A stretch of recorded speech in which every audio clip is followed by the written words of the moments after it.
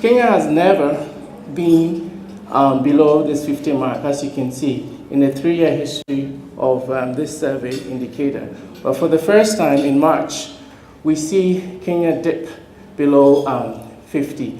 Where I'm focusing on is the overall PMI index. When you decompose that index, you also see that it's coming from output, because we have employment, we have exports, it's a composite index. So, and you see that dip in output, and then worrying to new orders.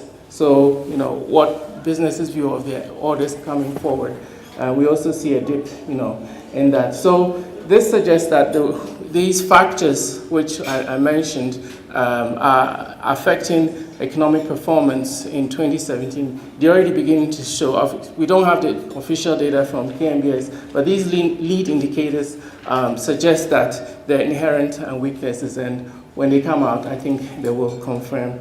Now, what are some of the constraints that's holding back the financing of housing in Kenya? So the first one is most Kenyans have informal incomes. That's just a fact. And it's very difficult, if you're a bank, to lend against an informal income, specifically not always consistent with their underwriting criteria.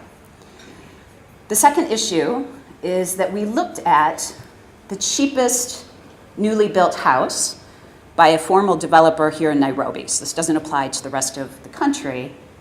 And you're somewhere around 1.8 million. Only about 10% of urban households could actually afford that, the monthly payments plus the down payment. So only a small portion of people could even afford the cheapest house.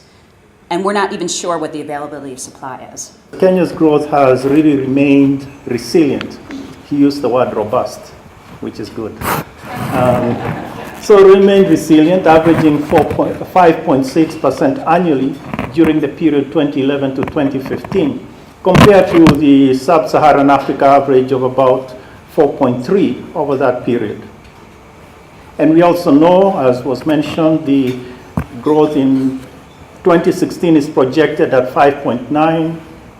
We'll get the final numbers or the advanced numbers in about a week, up from 5.6 in 2015. And also, as was mentioned, the context of our growth, meaning sub-Saharan Africa and global growth, it's clear that the growth numbers are good, so they're not shabby. So far, we know the first quarter was bad, the first quarter of 2017, and that's because of the failed short rains last year. The question then is, how much? Of course, there are mitigating factors.